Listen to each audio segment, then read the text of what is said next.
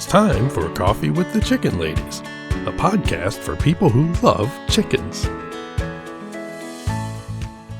Hey everybody, and welcome. It's Chrissy and Holly from Coffee with the Chicken Ladies.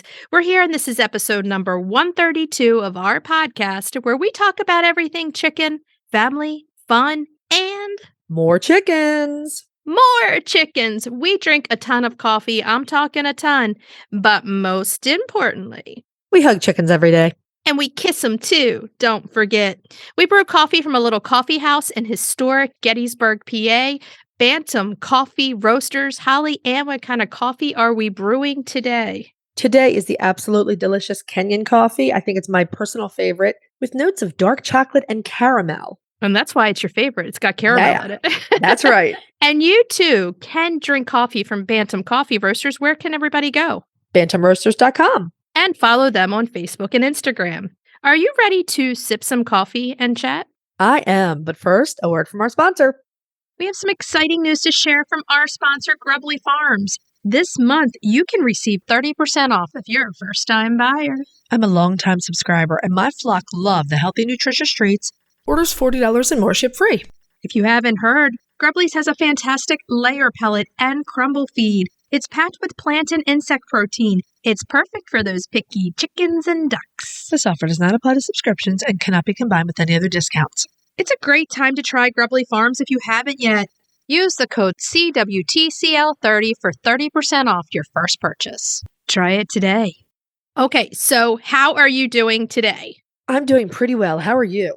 I'm hanging in there. So just to let everybody know, so that you might hear a little delay here and there, we are recording via Zoom today. Holly's on her farm and I'm on mine.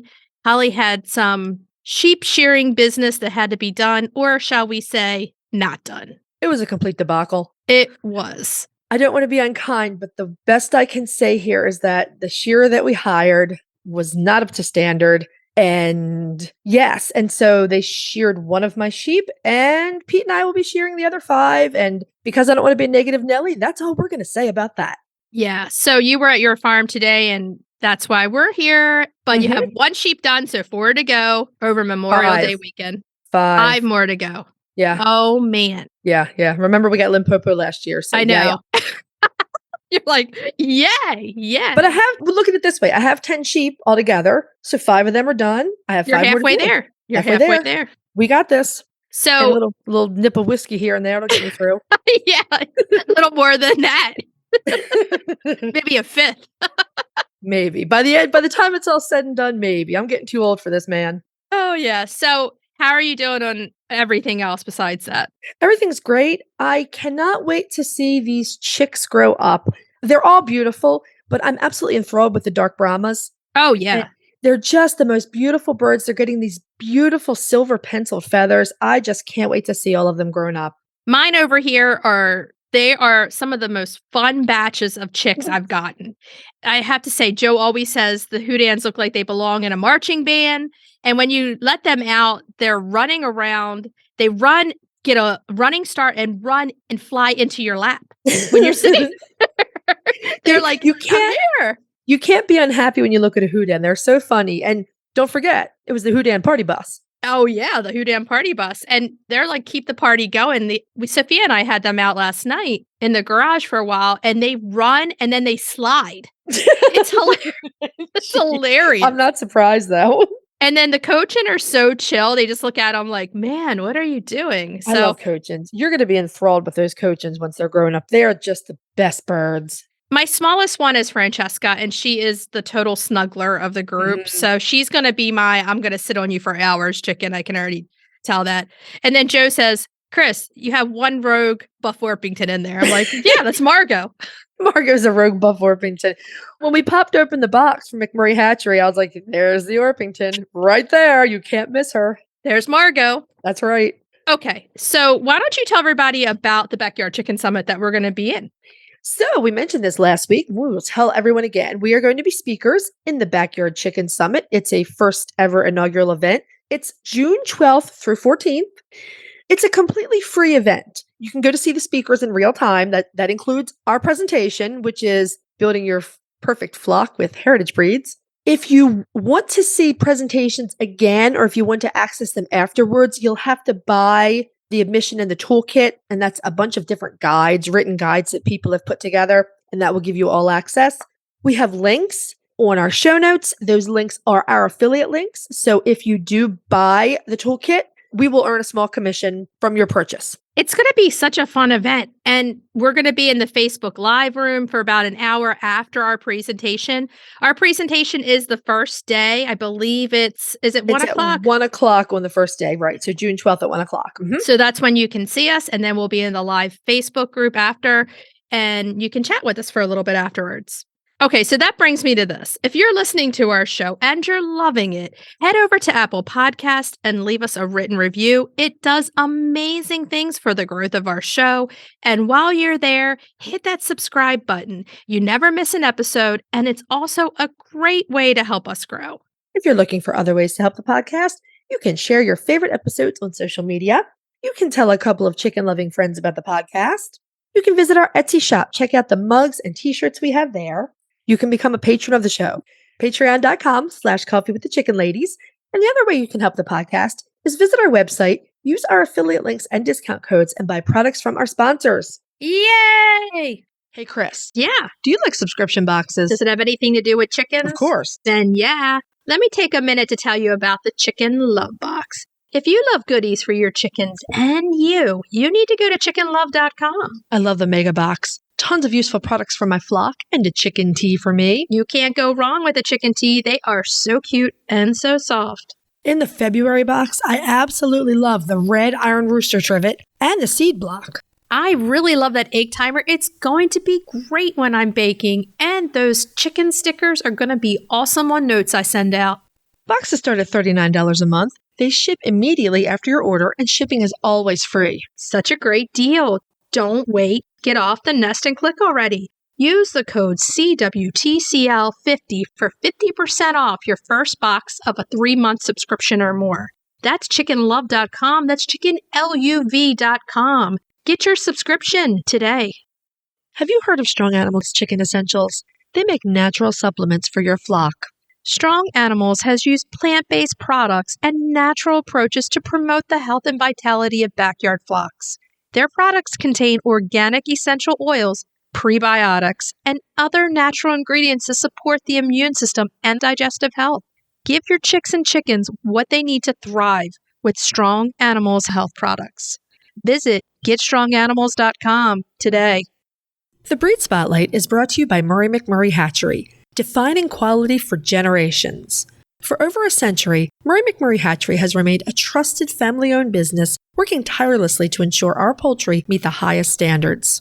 Whether you are an experienced enthusiast or just embarking on the journey, look to McMurray Hatchery for guaranteed quality, rare and heritage breeds, low minimums, and all the supplies you need to raise your flock. Request a free catalog today. Bum bum ba bum bum bum bum bum bum ba bum bum bum bum. It's time for the Breed Spotlight, yeah. Yeah. It's a little marching band in honor of the Hootans. I thought that was a marching band. I thought it was because we're doing an all-American breed. That too. Okay. Hey, it was 2 things in one. So this week's Breed Spotlight, we're doing The Buckeye. yay! Another yay. There are yays everywhere. Well, Buckeyes, that's just an awesome breed. The Buckeye is an American heritage breed developed in Ohio in the late 1800s. Ohio is the Buckeye state. And if you don't know what a Buckeye is, it's actually a nut that grows on trees. I think they're indigenous to a lot of the eastern part of the U.S., but if you look at the inside of the Buckeye nut, it's sort of like a chestnut. It's this glossy dark red. Right. So that's where the name comes from. The Buckeyes themselves are gorgeous, dark mahogany bay red chickens. They are beautiful. They're gorgeous birds. Now, they're the first breed in the U.S. developed by a woman. And A that's woman why I named- put my yay in there. Yes, is a woman named Nettie Metcalf. The Buckeyes have had some serious brushes with extinction during their lifetime. Oh, But no. Thanks to some dedicated breeders, they are still hanging in there. Just about 20 years ago, the Buckeye was a critically endangered breed, if you can believe that. Really? Yep. I can't imagine that. Yeah. About 2005, the Livestock Conservancy launched the Buckeye Breeding Project, and it was extremely successful in raising some of the numbers in the U.S., as well as bringing the birds closer to size and conformation, according to the standard of perfection. Right. Now, they're currently listed in the threatened category of the conservation priority list. So that's a move up for them, but we want to get them up out of that into recovering. That's for sure. Absolutely. Absolutely. For you history buffs out there, the American Buckeye Poultry Club has some nice history articles on their website, which we will link to. And 2 of them were written by Mrs. Nettie Metcalf herself. It's so awesome that a woman created such a beautiful chicken. And she's American. It's a beautiful and a practical bird, too. Now, Nettie started keeping chickens in order to earn some egg money and have a bit of financial independence. Sounds familiar. Yeah, exactly. The first 2 breeds she tried keeping were brown leghorns and Brahmas, which I'd be gaga over. They did not work for her for one reason or another. Then she did Langshan's, and she adored the Langshan's, but their black feathers were endless trouble when dressing table birds. Oh. Yeah. So she tried Plymouth Rocks, and she liked them well enough, but she just so happened to have a neighbor who kept buff Cochins, and they decided to trade hatching eggs. Okay. And Nettie began crossing her Plymouth Rock hens with some of the buff Cochin cockerels that she hatched. Okay.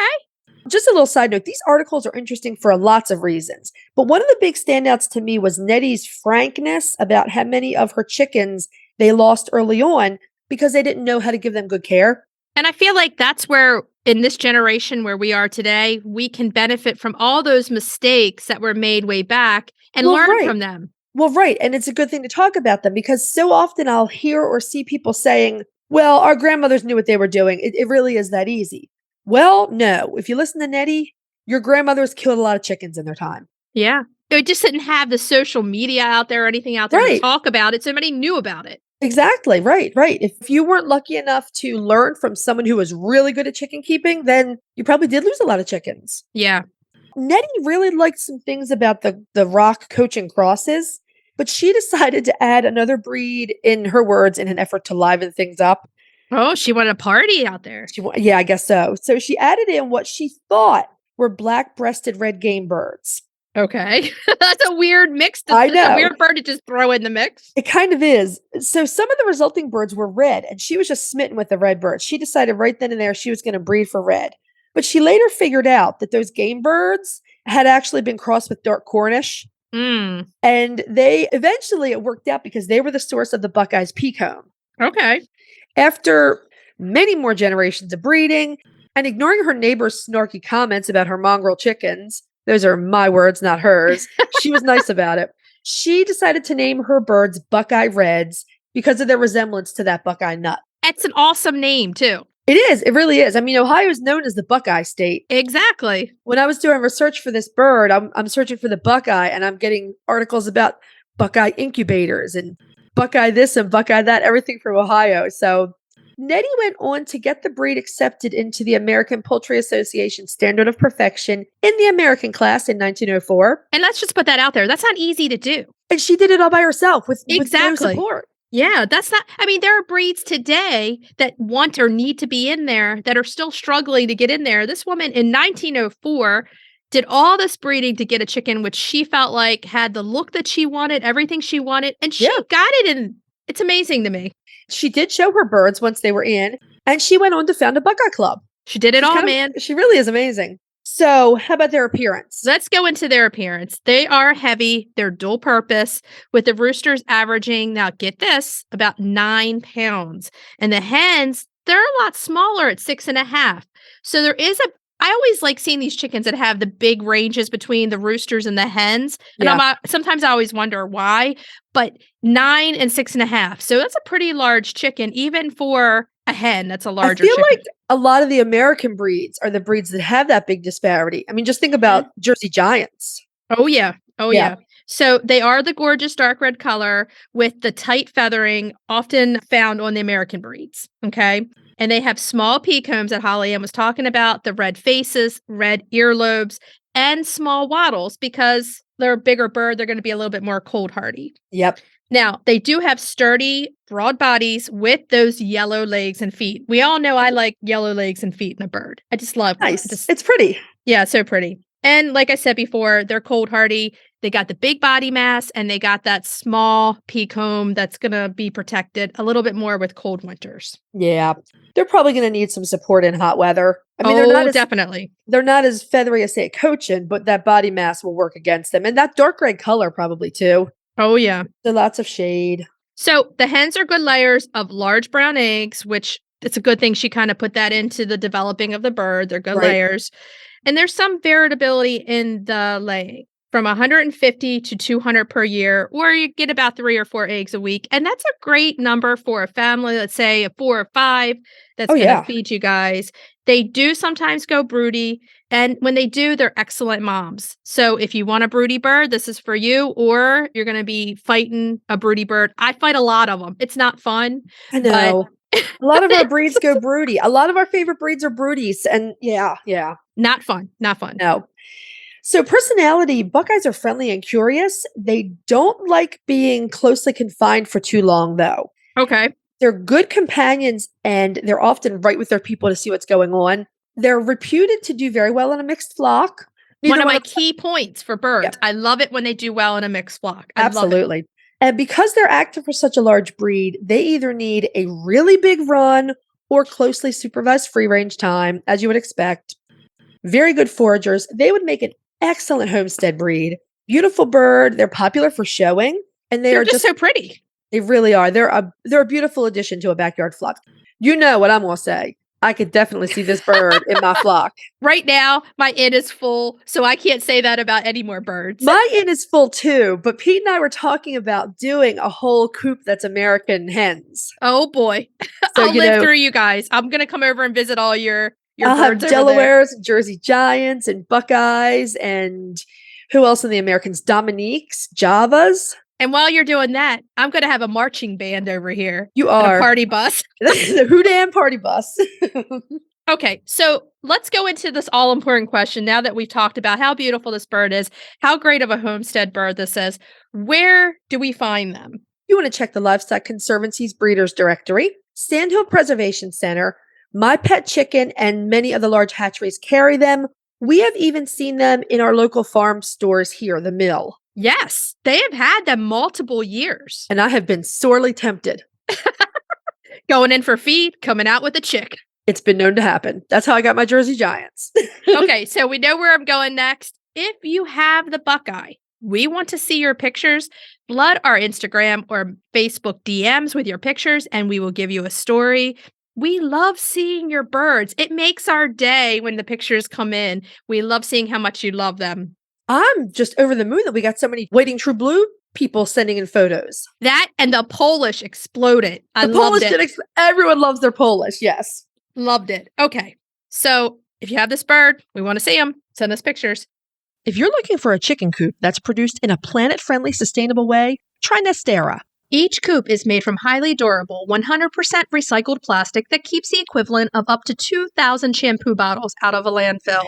Their clean, modern design will fit into any garden or run area and comes with an industry-beating 25-year warranty and a range of handy accessories. Simple to put together, so quick and easy to clean, and most importantly, red mite resistant. Your chickens will love it. Quick shipping from Amazon.com or Nestera.us. For a 5% discount, use the affiliate link in our show notes, on our website, and on Instagram. Link in bio. Check them out today.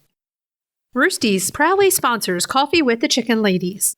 We personally use Roosty's products with our chickens, and we're huge fans. They have their awesome nesting pads, do-it-yourself feeder and waterer kits, and they've just released their best product ever, a new chick feeder and waterer set. They have adjustable legs to keep food and water clean. They're super well made, and the feeder even has a removable lid so it can easily be filled from the top. So if you're raising chicks or keeping chickens, all their products are available for Prime delivery on Amazon.com. Check out the Roosty store on Amazon or follow the link in our show notes.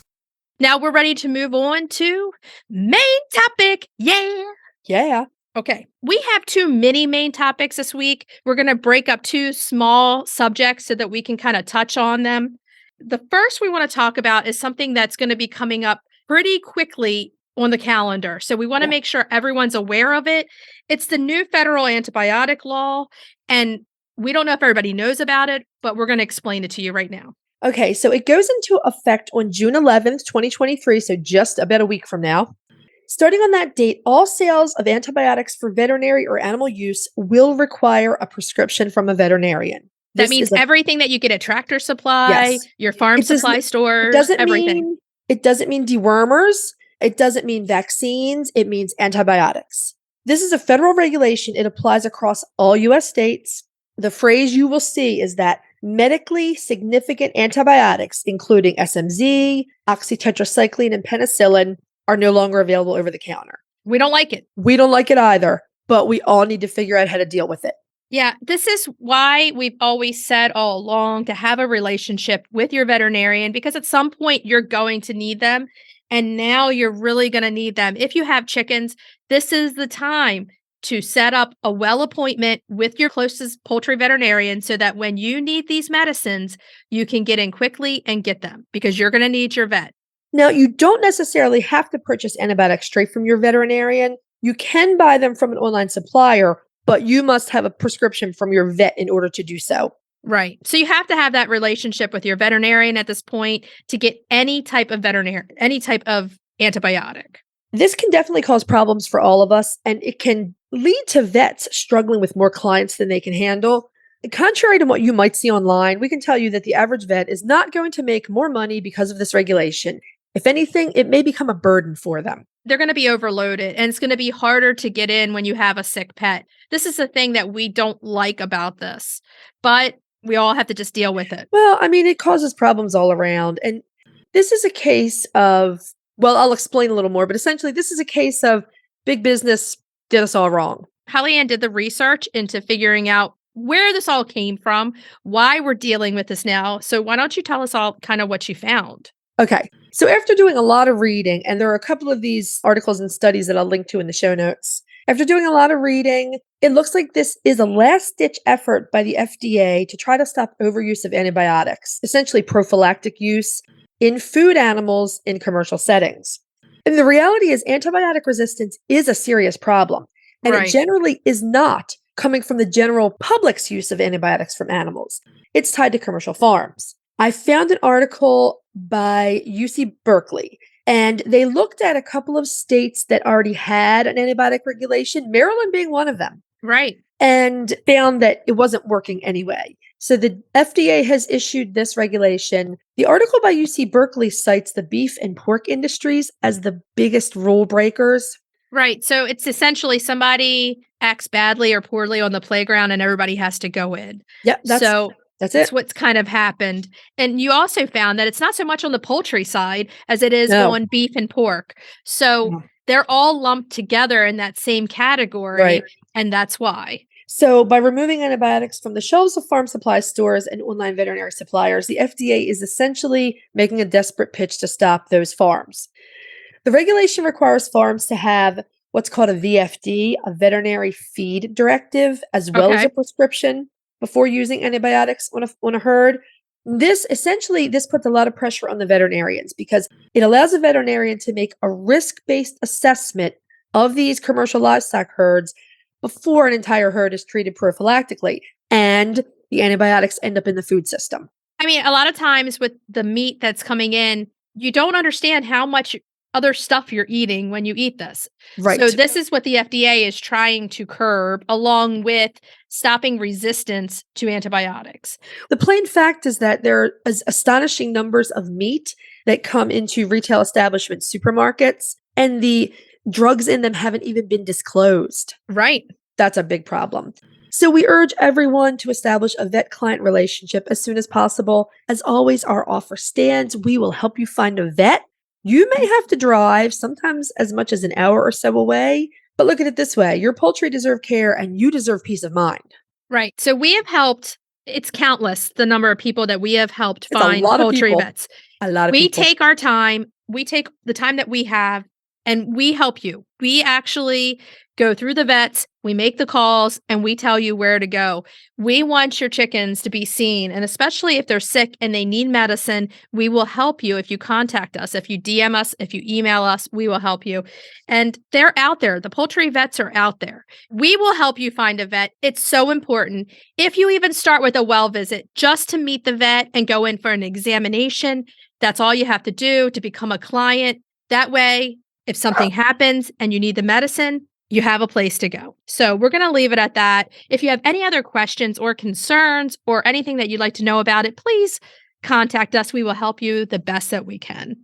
So let's move on to our second mini main this week. And we want to talk about wry neck because wry neck comes up a lot and we get a lot of questions about wry neck. Yeah, especially during chick season. Wry neck or torticollis is, like we said, it's most common in chick season, and it's probably because it's mostly seen in juvenile birds. Right. It's a condition where the chick or the bird presents with their head either going way backwards as if they're stargazing, that's another name for it, Right. or it may twist so that their head is looking downwards or even downwards and backwards. It's pretty disturbing if you are not used to seeing it. Yeah. Even for seasoned people, I don't like seeing stuff like that either. No, it can really mess with you. Your bird looks contorted. It really is rough to look at. But wry neck is a symptom of a greater problem. And we've talked about this before, vitamin and mineral deficiencies. That's a big cause of it. Injury can cause it. Neurological problems or even viruses or some other illnesses can cause it. Most of the time, like you said, it's the vitamin and mineral deficiency, with injury probably being the second most common cause. Right. So if they're little chicks and they're in a brooder, they jump the wrong way, they hit their head, somebody jumps into them. A lot of it is neurological injuries to the head also. So those are the things you're going to be looking out for. My little blue cochin, Indigo, who's in the brooder right now, she's the one that had that slight leg injury when she came through shipping. She was doing it a little bit, probably injury. It cleared up after a couple of days, but it's alarming when you see it. It's not fun. No. So vitamin E and some of the B vitamins are usually the culprits here. You're usually dealing with a deficiency in that area. Right. These can come from improper feeding. That could be that you're feeding a food that's not for babies. Right. And it can even come from the mom beforehand. Exactly. I saw this a little while ago. So you and I haven't even talked about it. I was reading about wry neck occurring in freshly hatched chicks because the eggs have been exposed to pesticides or things like that. It makes sense. So just be super careful where you buy your eggs if you're going to be hatching. Oh, that's for sure. Definitely. Now, we did an episode on vitamin and mineral deficiencies, episode number 112. There's a lot of useful stuff in there. And we also did an episode where we talked to Dr. Rebecca, it's episode number 115, about taking care of chicks and dealing with these different things and how to use the supplements. Now, we talk about this a lot. Polyvisol, you're going to want to have this on hand at all times for your chicks. Without iron, Polyvisol. Remember that name, write it down. You're going to need it. Nutri-Drench is good. And in some cases, it has what you need, but Polyvisol is better when you're dealing with vitamin and mineral deficiency. Yes, especially for chicks, on the chick side. Exactly. In general, we're talking about chicks right this moment. In general, if you have, actually, no, this applies to any kind of bird. If you have a case of wry neck, isolate them. Yep. If it's a chick, keep them warm and comfortable. Keep food and water with them. If they can't eat and drink easily on their own, you're going to have to carefully feed them with a liquid food. Mm-hmm. If your bird is not showing any improvement after a few days on vitamin supplements, you definitely want to consult a veterinarian. That is a big yes. So you're going to try to treat with the vitamins and minerals for a day or so. And if you don't see any improvement, please call the veterinarian and go there and let them help you also. I would not go past, say, 48 hours. No, me either. I'm usually like 24 hours and then I'm like, okay, on the phone. Dr. Rebecca, what's going on? Another good resource for looking up stuff on wry neck is through Poultry DVM. They have a very good information sheet on wry neck. So you may want to head over there and check that out too. I guess I would finish with, if you have an adult bird with wry neck problems, I would probably go to the vet right away with that. Yeah. And if you have an adult bird, it may be more due to an injury. Yeah, definitely. Or some illness. And with either a chick or an adult bird, a vet can help you with supportive care and things like that. But with the adult, like the chick, it's really common for it to be a vitamin and mineral deficiency. Right. Okay. So again, if you need help finding veterinarians, we are here. Contact us. We will help you. So let's move on to cracking the eggs. Cracking those eggs. This week, it's cracking the eggs. Let's tell everybody what we're doing. It's pretty cool. This is really fancy schmancy. It's a savory layered omelet cake with greens and caramelized onions. Now, does that not sound like a garden party dish or what? Really, really, really sounds good. This one was your idea, and I just took it and ran with it because, wow. I am the idea girl. I like coming up with these. It's like I fun. wish people could hear the ideas we were coming up with recipes earlier. And I was like, are you going to develop this recipe? And she looks right at me and says, no, you are. Thanks. That's the way we roll. So this is a fun recipe. It works as well for brunch as it does for like a small dinner party. Plus it uses a lot of eggs. Chicken Lady Garden Party. That's where You you need could, this. yeah.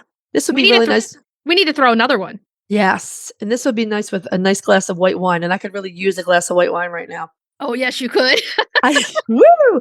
I think that this would be absolutely fantastic if you added some thinly sliced smoked salmon between the layers. That sounds so good. Uh-huh. Okay, so let's go into the list of ingredients that you're going to need. This one's going to be bigger. Now, we have 40 dozen eggs this time of year at all times, so At this least. should not be a problem. 8 large eggs, a half a cup of milk or plant-based milk, salt, pepper, any other seasonings that you want that you kind of like the taste of, you want to throw in there. Dill. I love dill and eggs. I think Me it's too. awesome. Several big handfuls of greens, arugula, cress, anything that's a tasty green that you want to throw in. 2 sweet onions, peeled and sliced into thin rings. I always have a trouble getting mine in without breaking them, the rings. I always It have to doesn't get better at matter. In this recipe, it doesn't matter. That's just the shape you want, but they're going to cook down anyway. that. Okay, so let's start with telling everybody how you're gonna start here. The first thing you're going to do is caramelize your onions. And as always, our recipes on the website are going to have complete directions for this. You're going to splash some olive oil into a pan. You're going to cook your onions over a low heat so they're brown and caramelized. You That's need the the long, key. slow, long, slow heat on this one. And then you just set them aside. Then you're going to make your omelet base, your egg crepes. I think I use those terms interchangeably. Yes, you do. So just beat your eggs and milk together. I did these on my crepe pan. You can also use a skillet. Whatever you would, if you normally make crepes, use whatever you use for your crepe making. The fancy dancy crepe pan is always fun. Yes. And you're going to do this the exact same way you would do crepes. You're going to take that batter, a couple tablespoons, spread it around. It's going to cook for 30 seconds, flip it. And you're going to use all of these. I think mine made about 7 or 8 layers. Right. The one thing I will say is when you're assembling, do this carefully because the egg crepes are kind of They're fragile. Yeah, they're fragile. They can break in half very easily. And you just assemble it. So you're going to put an egg crepe, a layer of the caramelized onions, a handful of the greens, salmon, if you're going to add that. Smoked salmon sounds so good in this. Yes. You're going to end with an egg crepe. You can sprinkle some chives or some other green herbs on the top and serve it. It's that easy. It's fancy but easy, and you're going to impress your friends. This is what I love about this recipe. And I love these recipes that you take somewhere and they're like, oh my God. And it took you like 15 minutes and it's not hard. It's all in the presentation and how you put it together. A beautiful chicken dish, a beautiful cake plate, something that you can layer it up on. It tastes so good. You could even with this add like your favorite kind of hot sauces or different sauces over the top. That would make it even more savory. I was thinking a smear of dairy-free cream cheese with dill and chives in it, but yeah. A lot of people do hot sauce and eggs. That would be really pretty going down the sides of it. So just like a drip. Like you would do with yes. frosting. Yeah.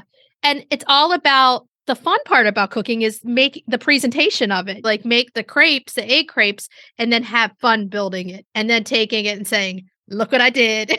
It looks impressive and it doesn't really use that many ingredients when you get right down to it. Not at all. Our ingredient list is very short this week. So, and it's healthy. That's the other thing. You're getting protein from the eggs, you're getting your veggies in there, and caramelized onions give you so much flavor. So, they're so good. They're so good. They're so good. Okay, so try it, take it to a local party or not, or just have your bestie over and talk chickens and have lunch.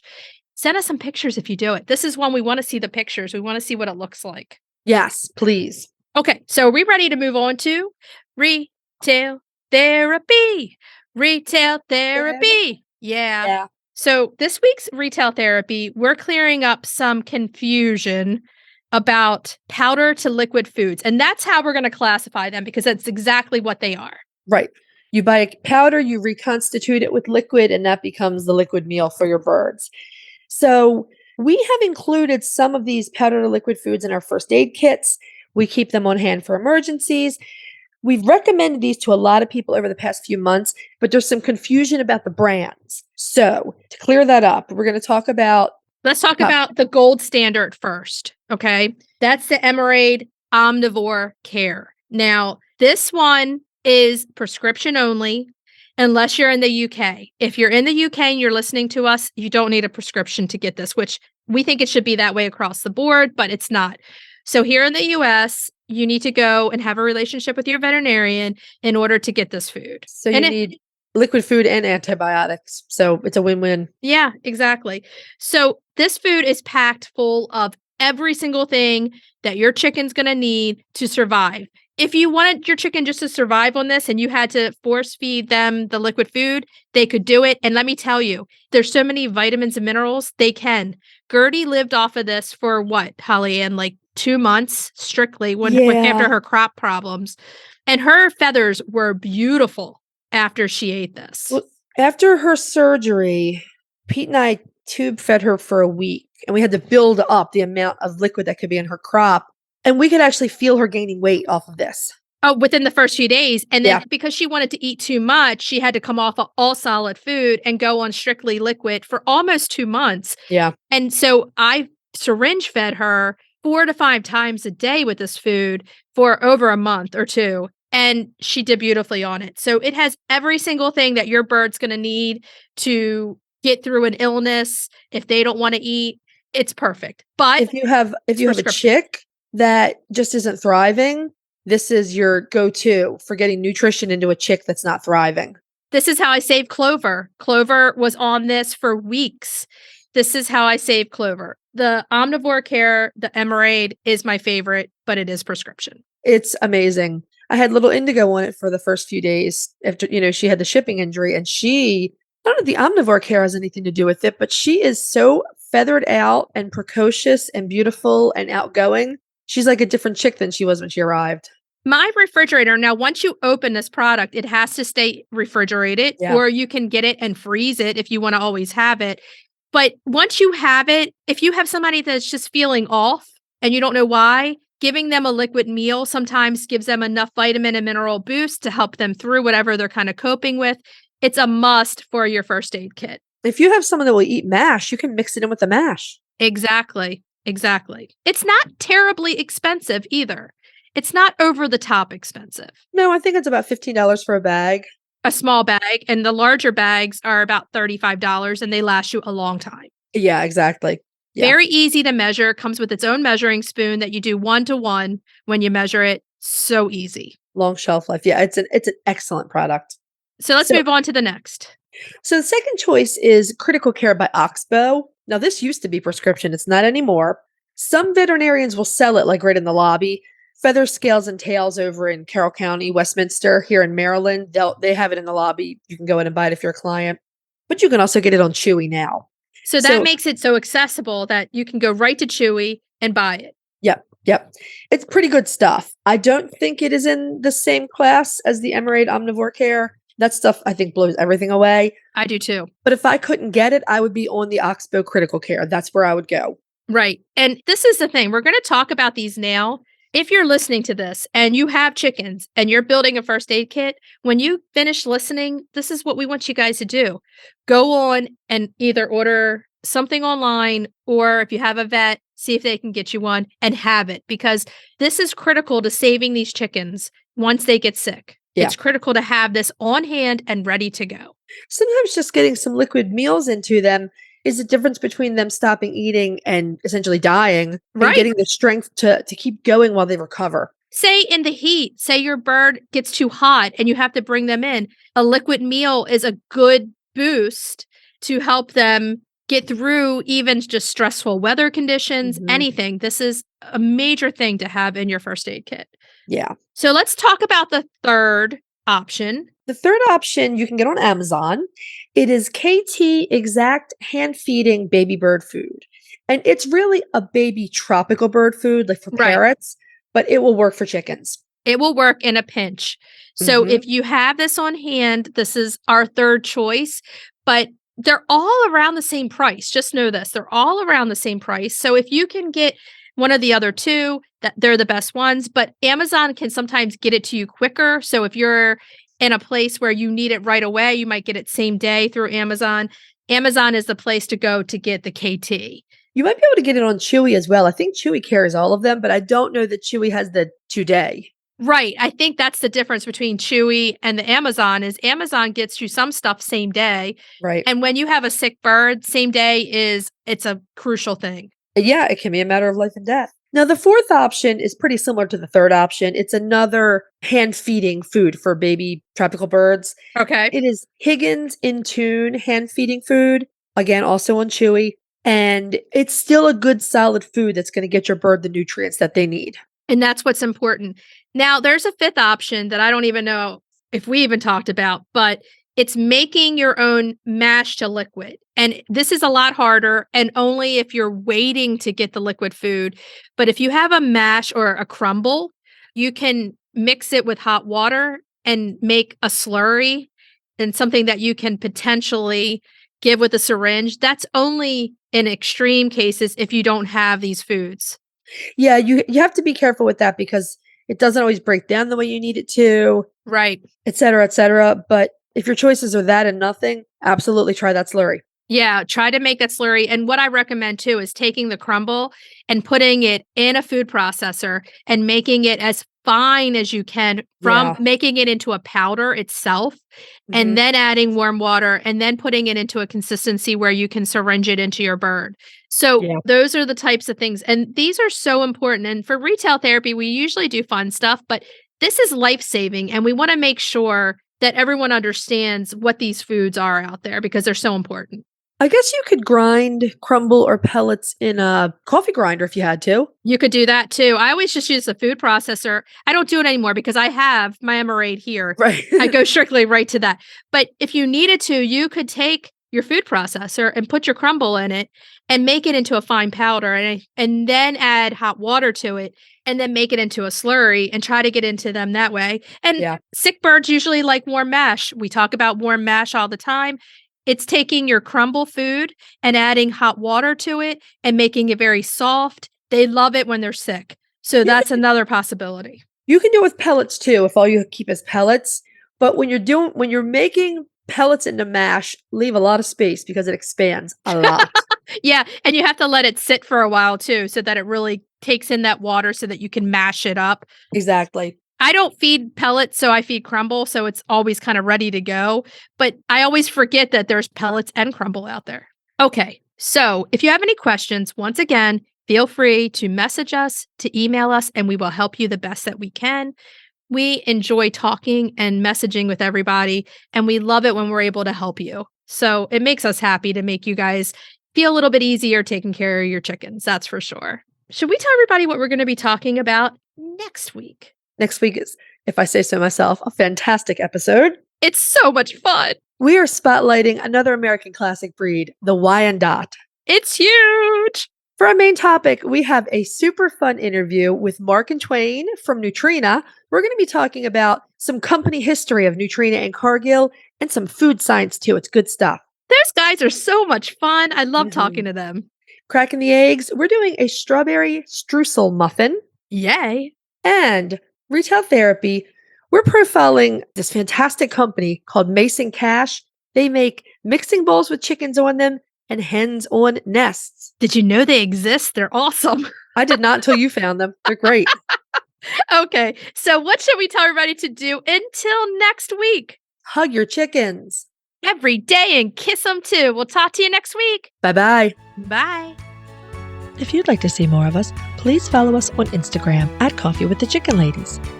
If you'd like to help us grow the podcast, please leave us a written review on Apple Podcasts. If you'd like to become a patron of the show, please visit our Patreon page, patreon.com/Coffee with the Chicken Ladies. Thanks for listening.